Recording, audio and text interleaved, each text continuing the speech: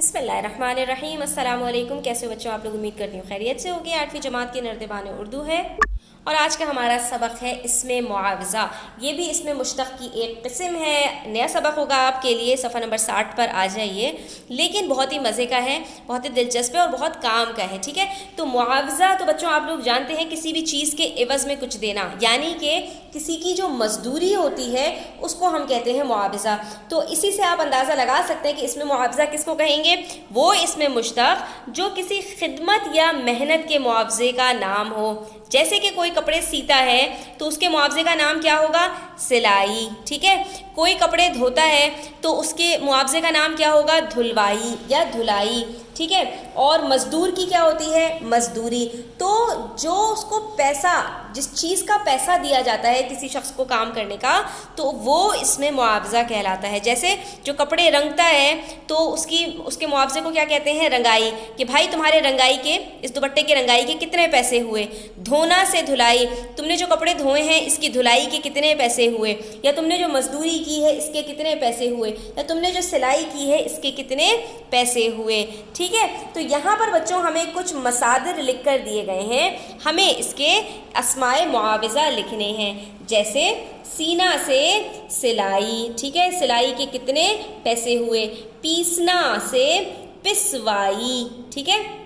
یہ آپ کو یہاں پر دیکھنا ہے کہ جو آٹا وغیرہ پیستے ہیں تو اس کا کیا ہوتا ہے؟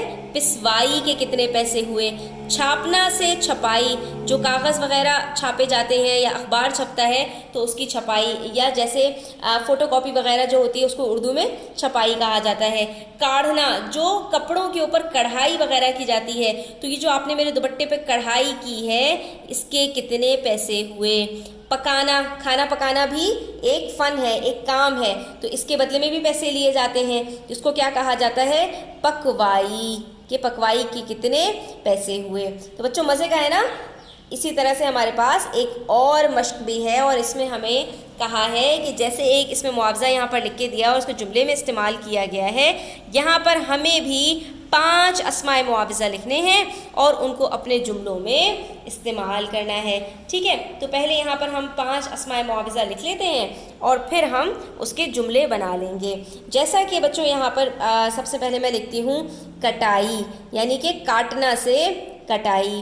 اسی طرح سے رنگنا سے رنگائی، ٹھیک ہے؟ دوپٹے جو رنگے جاتے ہیں۔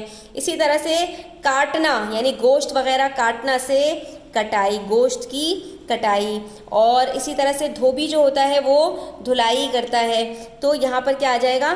دھلائی۔ اور اسی طرح سے جیسے ہمارے پاس آتا ہے پکوائی، ٹھیک ہے؟ پکانا سے پکوائی۔ تو اب ہم اس کے جملے بنا لیتے ہیں۔ جملے بھی اسی حساب سے بنائیں گے۔ گرمی کے موسم میں فصل کی کٹائی کی جاتی ہے۔ آج کل دھوبی رنگائی بھی زیادہ مانگتے ہیں۔ یہاں پر دھوبی نہیں ہے بچوں، درزی آئے گا۔ درزی کپڑے رنگتا ہے نا، جس کے پاس ہم دوپٹے وغیرہ اپنے دیتے ہیں رنگنے کے لیے۔ اس کے بعد قصائی نے گوشت کاٹ کر کٹائی کا حساب بھائی کو دے دیا، یا آپ یہ بھی بنا سکتے ہیں قصائی نے گوشت بنا کر کٹائی کا حساب بھائی کو دے دیا۔ دھلائی کا، خالہ نے دھوبی کی دھلائی کے پیسے بڑھا دیے۔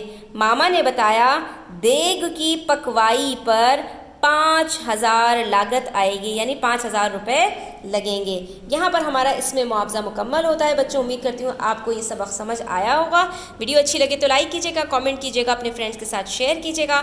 چینل سبسکرائب نہیں کیا تو سبسکرائب کر لیجیے۔ اپنا بہت خیال رکھیے گا۔ اللہ حافظ۔